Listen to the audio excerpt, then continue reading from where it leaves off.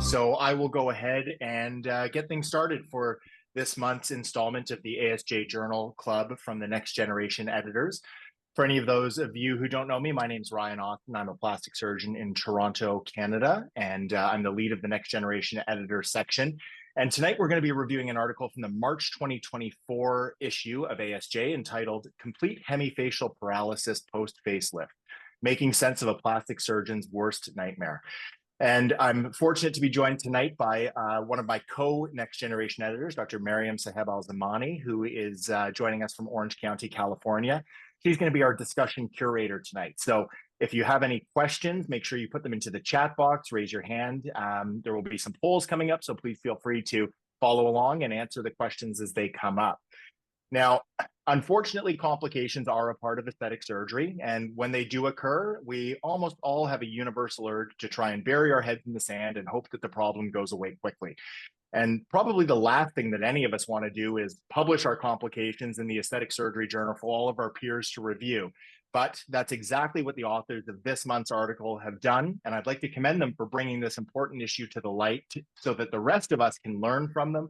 And hopefully we'll be able to feel less alone if we have to cross a similar bridge at some point in the future.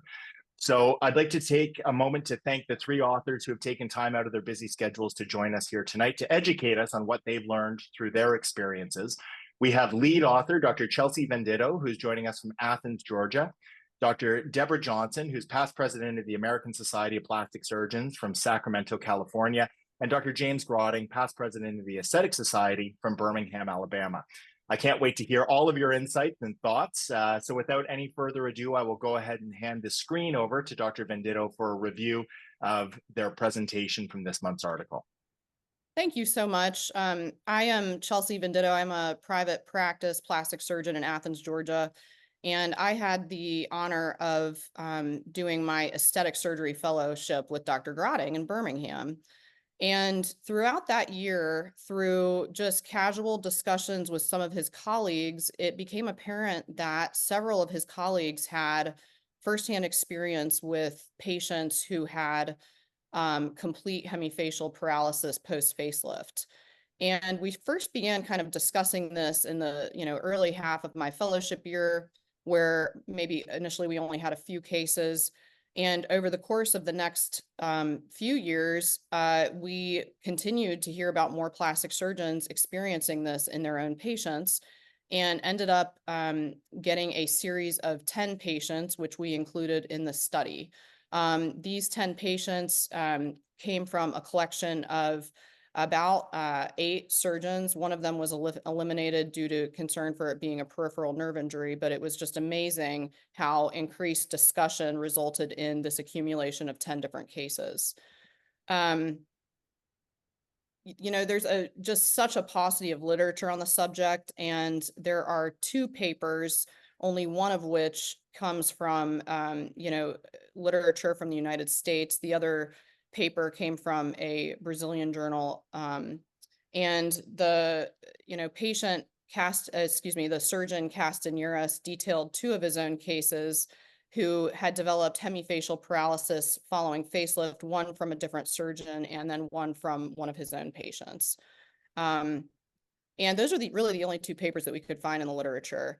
So the goal of the paper was to increase awareness about this condition amongst plastic surgeons, because it's something that is terrifying and we likely don't really want to have to talk about very often.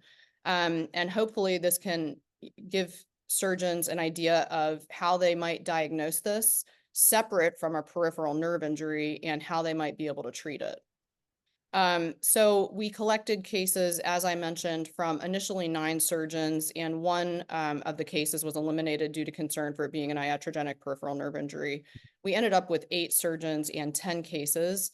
And in order to elucidate data about the specific patients in these circumstances, we designed a clinical questionnaire asking the surgeons specific questions as far as the clinical course of the patient and any associated symptoms the patient may have had. We then analyzed the cases and put together kind of a review for diagnostic and treatment guidelines. So what is Bell's palsy? It is a unilateral cranial mononeuropathy that is the most common cause of facial paralysis, but it is not well understood. We think that the vast majority of infections result from reactivation of the herpes simplex virus in the geniculate ganglion, which is part of the very proximal intracranial facial nerve anatomy. Um, it typically manifests as a unilateral facial motor weakness that can either involve all of the branches or some of them. It usually is present within 72 hours or so and starts resolving within about 4 weeks. So the critical thing in, differentiating this from a peripheral iatrogenic nerve injury post facelift and Bell's palsy is the associated symptoms, which result from the proximal nerve anatomy, not the, distal peripheral branch anatomy. And these associated symptoms can have, you can have a patient with pain involving the ear, sound sensitivity, altered taste, dry eyes, dry mouth, or excessive lacrimation. And that's really the critical part to differentiating this from an iatrogenic nerve injury. Why are there so many different associated symptoms? Well, it's because the facial nerve, particularly its proximal portion, contains motor, sensory, and parasympathetic fibers and has connections with other cranial nerves, particularly cranial nerve 8. And as I said, it's the proximal nerve anatomy that's responsible for this. These auditory, salivary, vestibular, and gustatory symptoms that can contribute to these, the diagnosis of Bell's palsy versus an iatrogenic nerve injury. So as I mentioned, facial nerve contains intracranial, intratemporal, and extratemporal components. It starts at the junction of the pons and medulla. You can see these facial nerve nuclei. And the motor and the sensory cranial nerve 7, the facial nerve portions, become what's called the nervus intermedius, which then gives off multiple nerve branches. So you can see it starts in the pons and medulla, it becomes the nervus intermedius, travels to internal acoustic meatus, and then that's what begins the intratemporal course of the facial nerve. So this nervus intermedius gives off the superior petrosal nerve, which innervates the lacrimal gland, the chorda tympani, which gives taste to the anterior 2/3 of the tongue, and the nerve to stapedius, which innervates the stapedius muscle. And the effects of that are the sound sensitivity and some of the, other auditory symptoms. And here's just another, figure kind of illustrating this. It exits the stylomastoid foramen and travels through the parotid gland, and that's the extratemporal portion where you have the terminal peripheral facial nerve branches. And so because the chorda tympani gives taste to anterior 2/3 of tongue, that's responsible for the gustatory symptoms. Nerve to stapedius, the sound sensitivity, dry mouth and dry eyes due to the glandular innervation. So you can understand it's the proximal nerve that results in these symptoms. So if you have a patient who has hemifacial paralysis and they're having proximal symptoms like this, not just, a distal motor symptom, think to yourself, this, is very likely Bell's palsy and not an iatrogenic nerve injury. And so as far as treatment and diagnostic guidelines, I mean, you want to do a meticulous physical exam and history to rule out, an iatrogenic nerve injury or potentially another cause of hemifacial paralysis, which are very rare. The recommendation is for steroids within 72 hours of symptom onset. It's usually a 40 to 60 milligram dose, over the course of 5 to 7 days, with or without antiviral medicines, and then eye protection if the patient's having difficulty closing the eye. And we do recommend referral to a neurologist simply so that the neurologist can kind of corroborate this diagnosis of Bell's palsy. And an EMG is thought to be a good tool to be used in the diagnosis. Excuse me. So additional recommendations are, counseling patients that this is something that can potentially happen post facelift. In the literature review of Bell's palsy, it does seem that there are some risk factors, and one of those is a patient who has a known history of herpes simplex infection. So that's something that we recommend asking the patient. Do you have a history of genital or oral herpes, and warning the patient that that could potentially put them at increased risk of having this happen. And then anybody that has had a history of prior Bell's palsy, we recommend mentioning this as a potential, risk factor in post-facelift hemifacial paralysis. So I think the main question in my mind, I think when we finished writing this paper is there a distinct, correlation? Is the facelift causing the Bell's palsy? And the answer to that is we don't know. It's interesting, if you look at our cases, the majority happened within a short time period, within a few days, but we even have had cases that happened. Dr. Grotting has firsthand experience with a patient that developed this several weeks out. And so we don't exactly know what the relationship is, but it does seem that there might be some kind of potential association between the, facelift itself and some kind of post-facelift proximal facial nerve inflammation, but we are not positive about that. And that's all I have. That's great. Thank you. Thank you so much for that excellent review, Dr. Venditto. I really appreciate it. Dr. Johnson, I know that we were talking a little bit earlier that you had sounded the alarm about this to Dr. Grotting. So I would love to hear a little bit about your thoughts on this, anything to elaborate on what Dr. Venditto said, and maybe just a little bit of a firsthand experience having been through this and lived through it for those of us who get to learn from your experience. Sure. So my patient was a patient that I'd had for a period of time. She was interested in a secondary facelift because I'd done a facelift on her a few years before, but she had really poor quality skin, lots of sun, California sun damaged skin. And so we planned on doing a secondary facelift. And I do often ask patients if they have any history of oral herpes, because we do like to cover them with Valtrex, just because I think the stress of surgery, and particularly if you're doing any sort of fat transfer periorally, I think you run the risk of herpes outbreak, and she hadn't had that history. But I think that's something that I have put into my my questioning of patients since is to cover them with Valtrex, even just on the off chance that perhaps this is a herpes simplex reaction, and maybe we can prevent it by some prophylactic antiviral.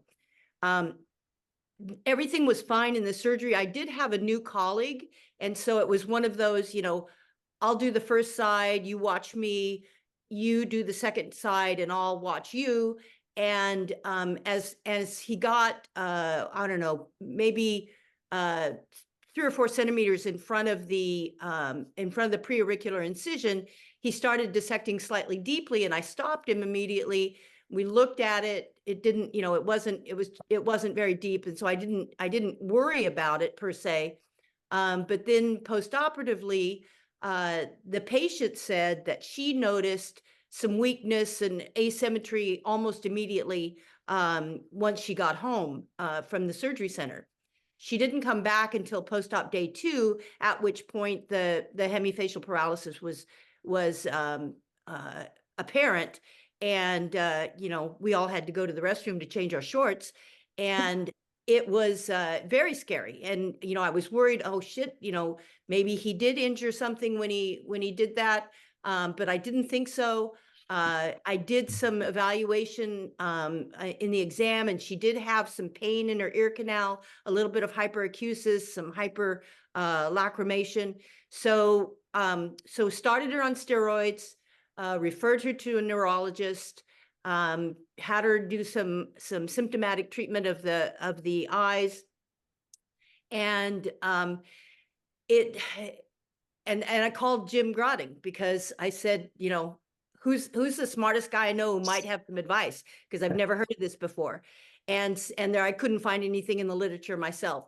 So Jim kind of held my hand a little bit and let me cry on his shoulder, And then he said, but I've got this international group of facelift surgeons, and we have this little round table. And he said, let me put out, you know, a cry for help and see if anybody has any ideas. And so those people came back with, you know, their own experiences and things that they had tried. One surgeon had tried an electrostimulator and thought that was helpful.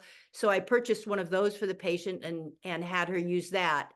You know, of course, this patient was the wife of a physician, and but she was also extremely, you know, calm about this whole thing, and wasn't terribly upset, which surprised me because I was much more upset than she was. And things slowly got better. You know, they got better over time.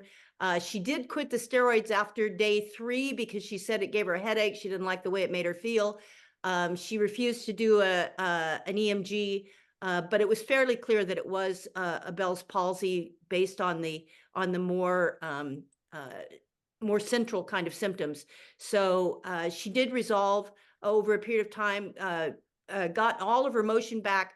Did have, the last time I saw her, she said she still felt a little bit of heaviness in that left upper lid, but didn't have any ptosis or any drooping, and was pretty much back to normal. But you know, it does certainly squeeze your adrenal significantly to have this kind of thing happen. And I was so grateful to Dr. Grotting and to this international group that he's pulled together, because I really felt comforted by having other people who had had the same thing happen, and gathering all their ideas and being able to provide the best care possible for this patient. Thank you so much for Thank sharing. you. That's, you know, I can only imagine how stressful that was. And so Dr. Grotting, you know, as the person who put out this Bell's palsy bat signal to this group and kind of accumulated and curated this information, what have you learned, or what insights have you kind of picked up on this, having, you know, curated this information and now propagating it? Yeah, well, thanks, Ryan.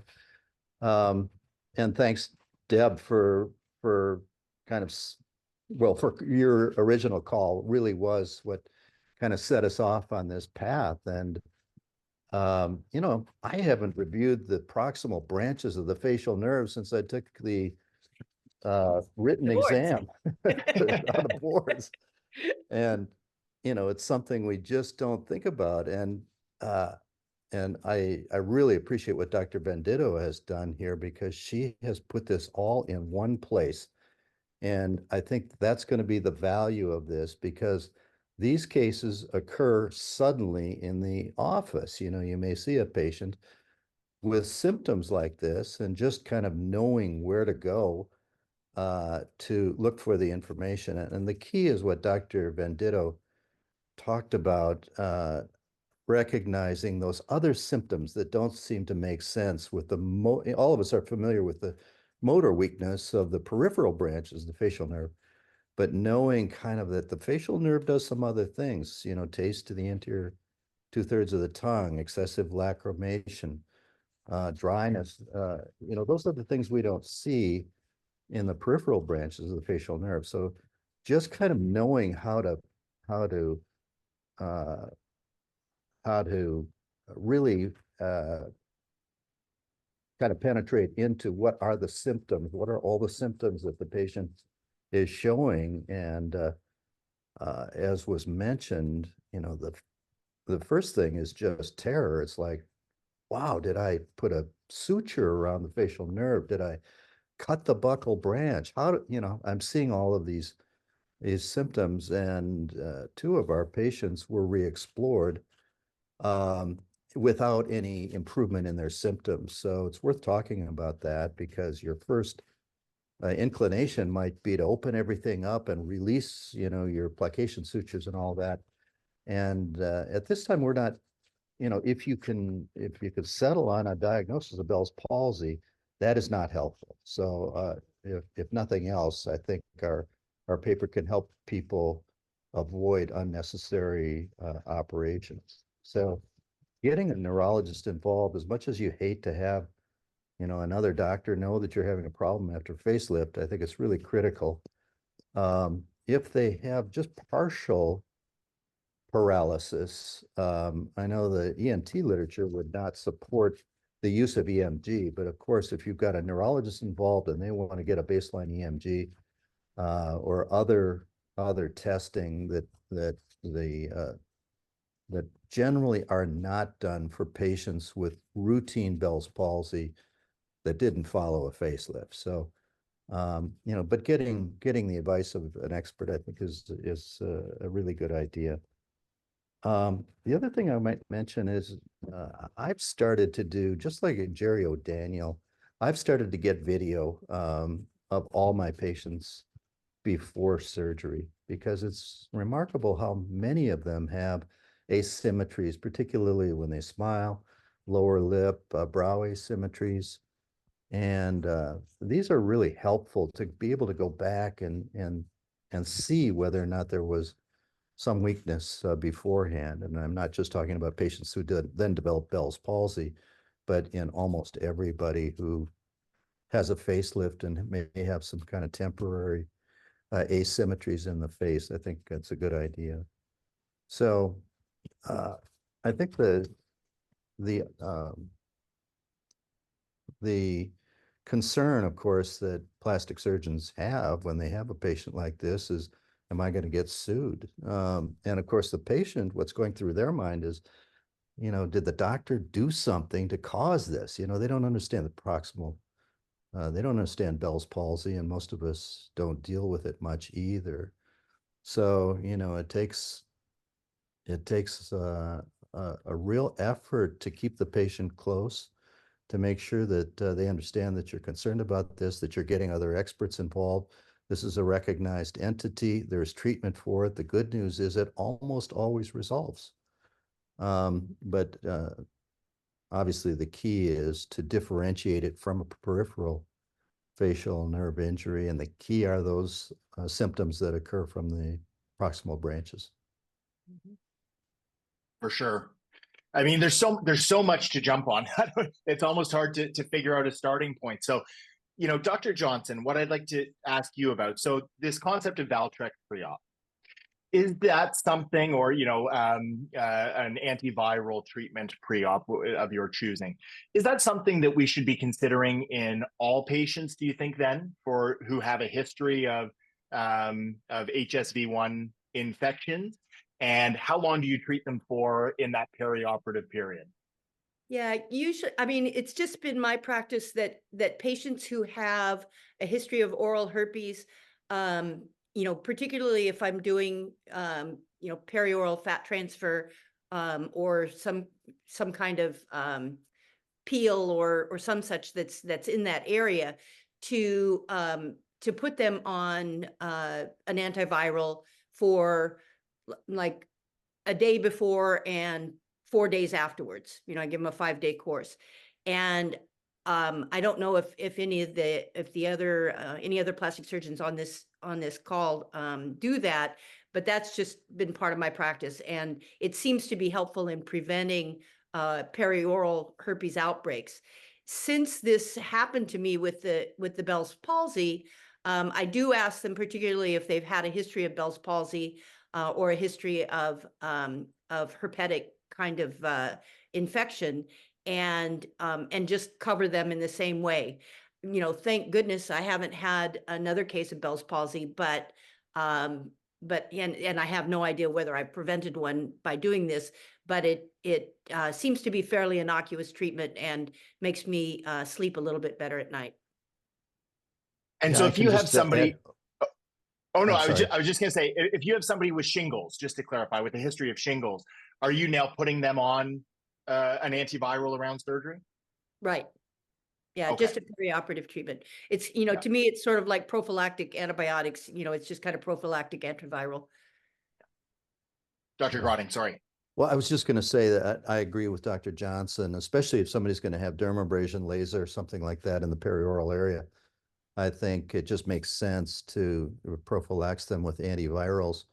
I will say, and maybe Chelsea, correct me if I'm wrong, but I don't think that it's a recognized standard treatment for Bell's palsy. Certainly steroids are the first line of defense, and Right. antivirals then, it's unknown whether or not Yes. that's helpful at any point.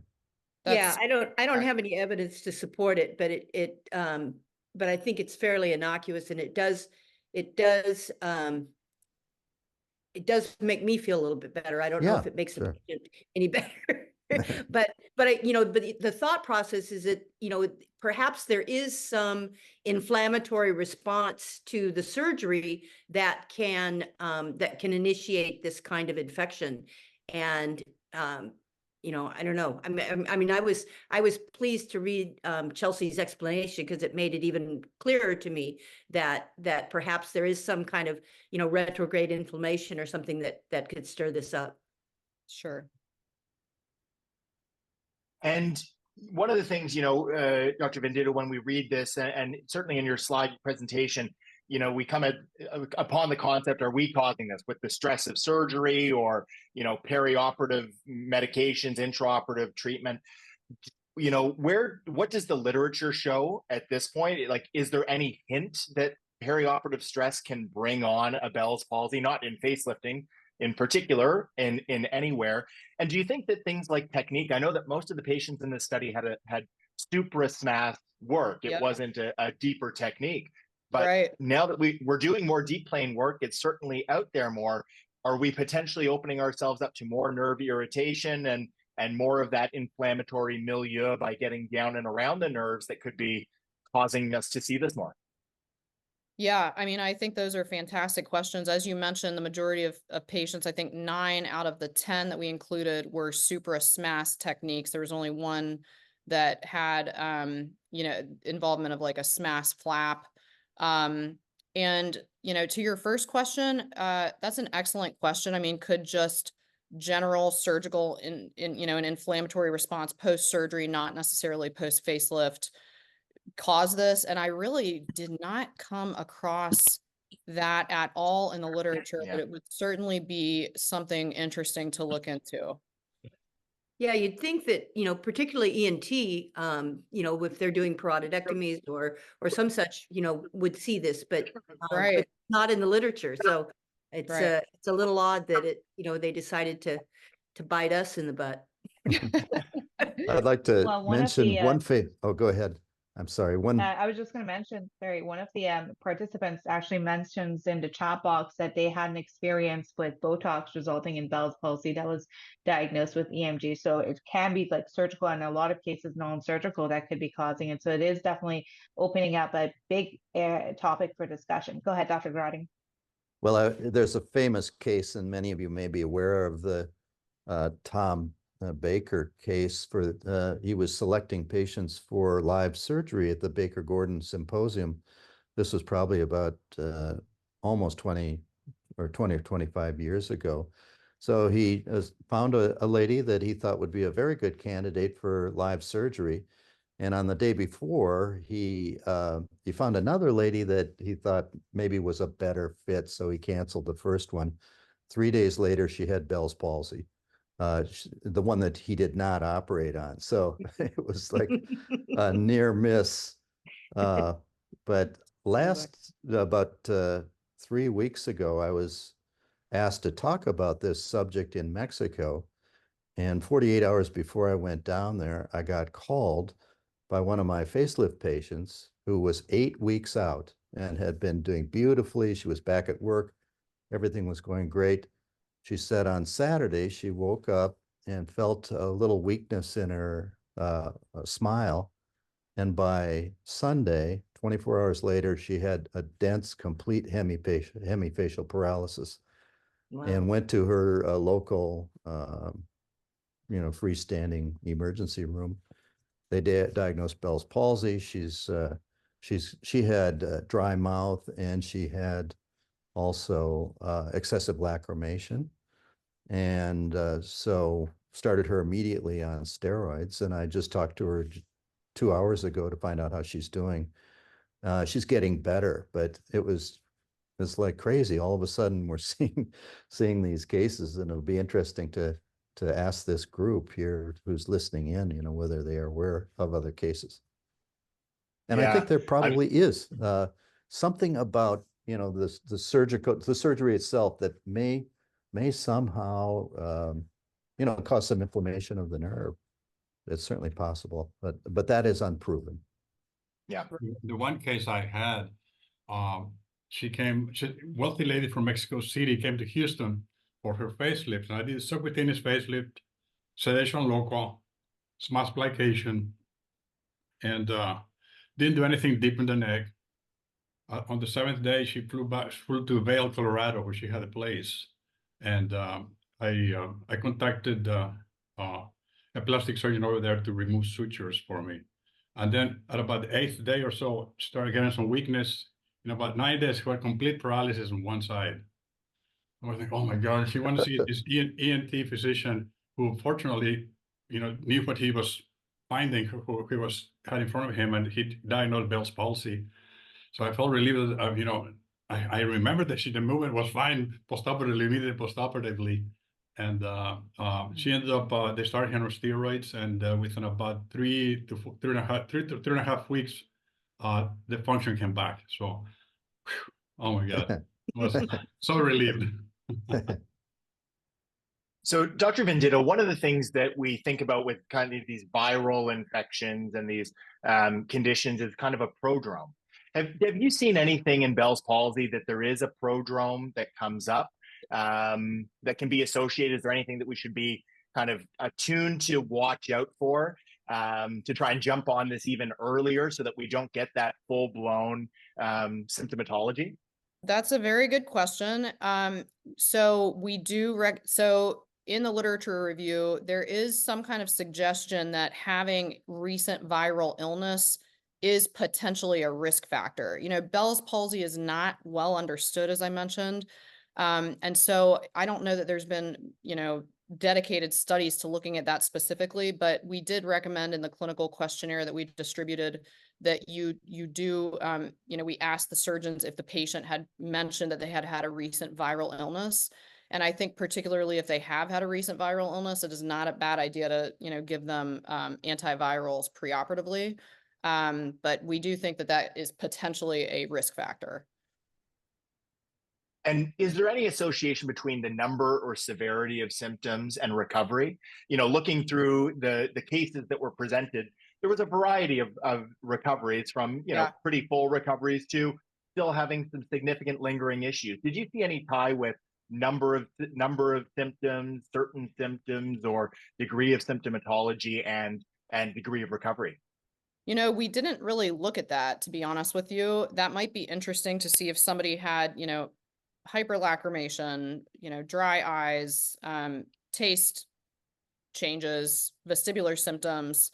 If somebody who has all of those proximal symptoms had a decreased recovery, it might be something that was interesting to look at, but we did not specifically look at that. And I'm not aware of any literature on that in non-post facelift Bell's palsy, you know, whether involvement of symptoms necessarily correlates to how quick the patient recovers. And Dr. Grotting, how do we explain those two cases where the marginal mandibular nerve branch was spared? You know, when we think about this being a more proximal issue, how does that make sense or compute to us as we're kind of thinking about how this condition develops?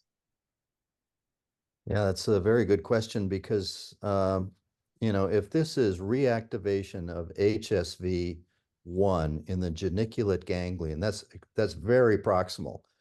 So if that's where the nucleus of the inflammation is occurring, you know, and that's spreading, and it somehow reaches, you know, the proximal, the superior petrosal nerve and the chorda tympani, and then gets out as far as the stylomastoid foramen where the main trunk of the nerve is. You know, I'm just, this is all conjecture, but, you know, I suppose it's possible that particular branch is pretty far south. And, you know, if that inflammation is somehow building up and then kind of gradually sort of withdrawing, but I have no explanation for that at all, because that is probably one of the most, not the marginal mandibular so much, but the cervical branches, I think, are probably some of the most easily or more commonly injured branches, especially with deep neck surgery. With lower lip weakness is almost always related to the cervical branches, not necessarily the marginal mandibular. So you'd expect that just with the surgery itself. So the incidence is pretty high. But as to why it didn't occur in these Bell's palsy cases, I don't have the slightest clue. And Dr. Johnson, you clearly recognize this. You jumped on it early. You mentioned that you started the patient on steroids. Can you give us a little bit of guidance around, should our plastic surgeon, should we be starting patients on steroids? Is that at the phone a friend stage when we should be involving our neurologist? And what dose, what medication did you use? Is there any information that you can guide us to try and get these patients the treatment that they need as quickly as we can? Yeah, well, after I called Jim, I did call a neurologist and he suggested that I start the patient on a Medrol dose pack. And I think that's the easiest for the patient, because it's I know that some people will give a little bit higher doses, but because Bell's palsy tends to be self-limited anyway, I don't think we need to dose over and above what is customary. And so I just used a standard dose pack, which I think on the advice of the neurologist. And because I didn't want to wait until the neurologist could see her, because I was already at day 2 and wanted to get on it. Okay. And what's the role for electrostimulation? That was mentioned as well as something that's used in these patients, and a treatment to try and get the reactivation. Did you use that? And yeah, my patient did use it. I mean, my thought process was, if she was having paralysis and having no stimulation of those muscles, that there would be some atrophy, and it might be harder for her to regenerate the muscle strength in her face. And so I thought, stimulating the muscles would at least get them ready for when the synapse is reconnected, and might make her recovery a little bit faster. Really, it was kind of chicken soup. I didn't think it hurt, and it might help. So it was something that I was willing to try. And so you can buy anything on Amazon. So got her a stimulator and had her use that. And it was uncomfortable for her a little bit. She got used to it after a time, but it is prickly, and so it does cause some discomfort, and you'll have to warn the patient about that. And when did you start that, and how long did you use it for? Well, I think as information was coming back via Jim from his colleagues, I think one or two of the people had mentioned using an electrostimulator, and so I thought, well, I ought to get on that as quickly as I can. So discussed it with the patient. She said she was willing to give it a try.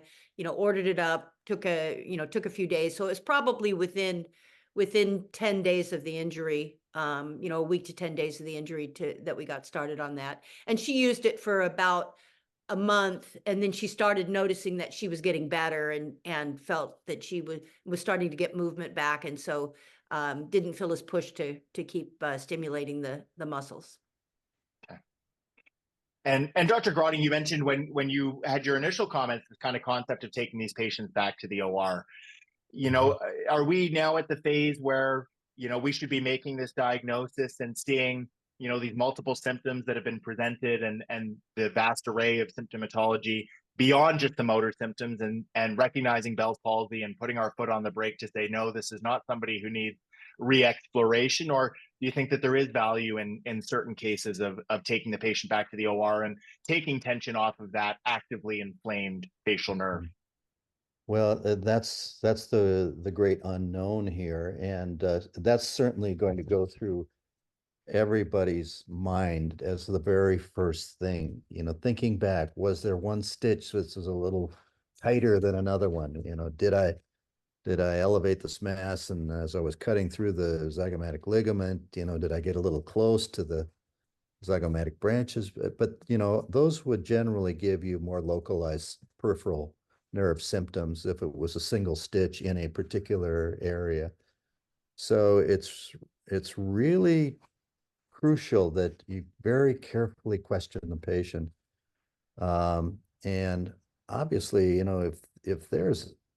if the patient doesn't have any proximal symptoms, and you think that there's a reasonable chance that releasing a stitch could take pressure off one or two of the branches that are involved, then I think the risk of re-exploration is fairly low. And I will tell you that a friend of mine from Milan recently talked about placing the hemostatic net, and in the post-op period, he noticed the patient had a marginal mandibular weakness on that side. He went and removed the net, and she immediately got better. So I think, there certainly are cases where a nerve can be under too much tension. And so that's going to be up to the individual plastic surgeon who is faced with this to think about, is there something about my operation that I think I could go back in and correct, even at the expense of doing an operation that would be unhelpful. Our two cases were not helpful.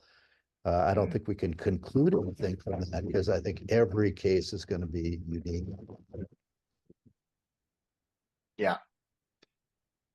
Well, Dr. Zamani, I've been seeing the chat box blow up. There's a lot of notifications. It seems like everybody's really engaged, and the polls got a lot of responses. So what can you tell us about what people are doing and what's going on in the chat box? For sure. No, thank you for asking. So one of the main questions that's come up is, our participants really want to know if anyone else has had any experience with Bell's palsy in a non-facelift facial procedure setting, whether surgical or non-surgical. So if any of our discussants or any of the participants have experienced that, please feel free to just mention in the chat box and I'll call you up. But in the interim, one of the questions that did come up was with regards to the technique for the facelifts and what was used. And I think this is really important to touch upon because it can be easily a case of, correlation is not causation. Dr. Grotting, would you say that your call out group, are they mostly SMAS plication technique surgeons? Is that why I think it's important to kind of talk about why the majority of the cases we did cover were SMAS plication. Is it just, it's kind of a response bias that we did see, or what do you think is going on there? Well, I think clearly sub-SMAS, and, there's great interest right now in deep plane techniques. People are trying it for the first time. You're seeing it all over the internet. There's a lot of pressure on plastic surgeons these days to learn the deep plane technique because patients are asking for it. And I can tell you, having just returned from a live deep plane facelift meeting, live surgery meeting, that surgeons are seeing more and more injuries to the facial nerve because of that. But specifically with regard to the question you asked, Andre Auerswald had a case. It was a case that did involve the deep plane. Andre uses the deep plane, but the guy's done hundreds and hundreds and hundreds of facelifts. So I really think it's unlikely that was any kind of bias thing. And Chelsea did a great job of really looking at each one of these cases and making sure that they fit the criteria for Bell's palsy. None of these, well, we did eliminate, I think, two cases that clearly seem to be peripheral sensory nerve branches. Daniel Labbe does primarily plication. He contributed a case. Daryl Hodgkinson does primarily plication. He contributed a case. Dr. Pereira mentioned his was plication. Rick Warren collected several cases from his area in British Columbia. And Rick does a deep plane, but I don't think any of the cases were actually his. They were referred to him from the outside.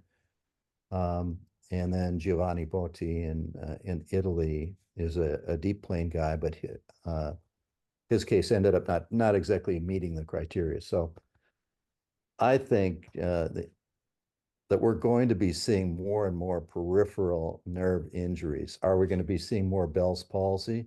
I noticed somebody said, have you tested them for COVID? Well, that's a good idea, but I'm not sure that there, Chelsea, correct me if I'm wrong, is there any correlation between reactivation of Bell's palsy in patients who have had COVID? I'm not aware of that. I'm not either. Yeah, I'm not sure about that. But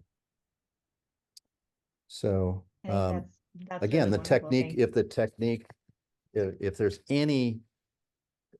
any chance that something about a suture or a tight suture or something like that could be playing a role here, by all means, take them back and re-explore. But I think if they have these proximal symptoms, and clearly that is what differentiates this, then I would not explore the patient. I think that's really wonderful advice.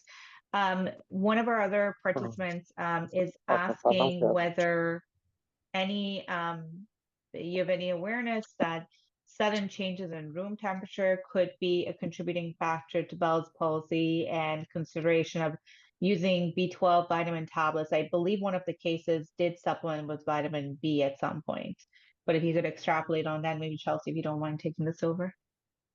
Yeah, so I'm actually not aware of that with regards to the weather conditions, and I don't think that any of our patients was using, B12 tablets. I think that the ENT literature, as Dr. Grotting said, as far as treatment of this, steroids are the mainstay, and then the antiviral medications are thought to be an adjunct, with the steroids. But I'm not aware of the association with changes in weather. Yeah, one of the things that I've found helpful is the use of B6, which is pyridoxine. B6 is a nerve membrane stabilizer. So if you've got a fritzy nerve, it'll settle it down a little bit. And I've used it a lot in, carpal tunnel and even post-mastectomy nerve pain tends to be helpful to kind of settle those things down. But and so when I saw that someone had tried it in a Bell's palsy case, I thought, well, maybe that might be helpful too. But I didn't try it in my patient. That's all really wonderful. So just to recap on our poll discussion, so we were really a diverse group tonight. We had surgeons that do a ton of facelifts and surgeons that don't do it a lot, and it was split across the categories pretty evenly. Up to this point, only 20% of our surgeons do discuss the risk of Bell's palsy with their facelift patients. And less than 15% use antivirals, or less than 25% use steroids routinely for facelifts. Most actually don't routinely prescribe any of the medications we had asked about in the polls. But one of the best takeaway from all of this is that almost all of our participants felt significantly better equipped to diagnose cases of Bell's palsy contributing to hemifacial paralysis after facelift, and better equipped to manage and deal with that. So I think that that's really is what the goal of these journal clubs is to spread awareness. And we want to thank each of the authors and contributors and surgeons who were willing to come forward with such difficult complications to share their experience, because as you mentioned, it is rare, it is scary to talk about, and it is a position of vulnerability to share this with the world. So we want to especially thank everyone for coming forward, because it has been wonderfully educational and helpful to everyone. Thank you. Thank you so much, Miriam. Well, as we approach the top of the hour, I certainly think that we've asked a lot of questions, and we may not have the answers to all of them, but I think that we've at least got a direction moving forward to continue to learn more for each of us. So for all of our authors, Dr. Venditto and Dr. Johnson, Dr. Grotting, I'd like to go through each of you. Any final thoughts, or where should we take this moving forward, and what should our participants really leave with prepared to do for their next step? Dr. Venditto, we'll start with you. I think warning patients about the possibility of this occurring post facelift in the preoperative discussions and documenting that you've spoken to the patient about the risk of this. Asking the patient about history of Bell's palsy or any kind of history of oral or genital herpes infection. And then, like Dr. Grotting mentioned multiple times, just once this is, once this happens to you, once you have a patient with complete hemifacial paralysis, make sure to be very, very detailed in assessing the adjunctive symptoms that the patient is having, aside from just a motor, motor paralysis of the nerve branches. Ask about all of those other symptoms, the auditory symptoms, the changes in taste, the vestibular symptoms, things like that. And, have the patient see a neurologist to, corroborate the diagnosis, and prescribe steroids plus or minus antiviral medicines. Dr. Johnson, anything else you would share? Yeah, I think, the lovely thing about this horrible complication for me was, feeling like I got a big warm hug from reaching out to my colleagues. And I think, all of us are going to face some point of having, some disaster that, it comes out of the blue, or something you did, that was not quite positive for the patient. And reaching out to trusted colleagues for advice and support is incredibly important, because otherwise you just feel like you're all alone in the world and you're the worst surgeon and you'll never practice again. And so I think it really helps to reach out, because you get a lot of support, you get a lot of good advice, and you get a lot of, oh, been there, done that. It is good to not feel like you're all alone in the world. Dr. Grotting, thanks. Yeah, very, very good comments. And I really don't have too much more to add, except take a look at the paper. There's a video in there of a patient that I had, and I videoed her saying, "Mary had a little lamb, its fleece was white as snow." And I had her videoed. I videoed that every couple weeks, and you can see the recovery process for her. She was a speech pathologist. She diagnosed herself. She knew she had treated patients with Bell's palsy. She knew she had it, and she went and saw, a neurologist who corroborated that. So she was very, very delightful to take care of. She knew what was happening and knew that the prognosis was good. And then just today, I had a blepharoplasty patient come in as a consult, and she says, "Oh, by the way, I had Bell's palsy three years ago." And so I immediately said, "Well, interesting that you should mention that, because we don't know, but it appears to be something about facial surgery that could possibly reactivate that." And Dr. Venditto mentioned that, to include that in your preoperative history taking, and just to, alert the patient, because if they have been through it, they certainly want to know that that could be a risk factor for them. Yeah, for sure.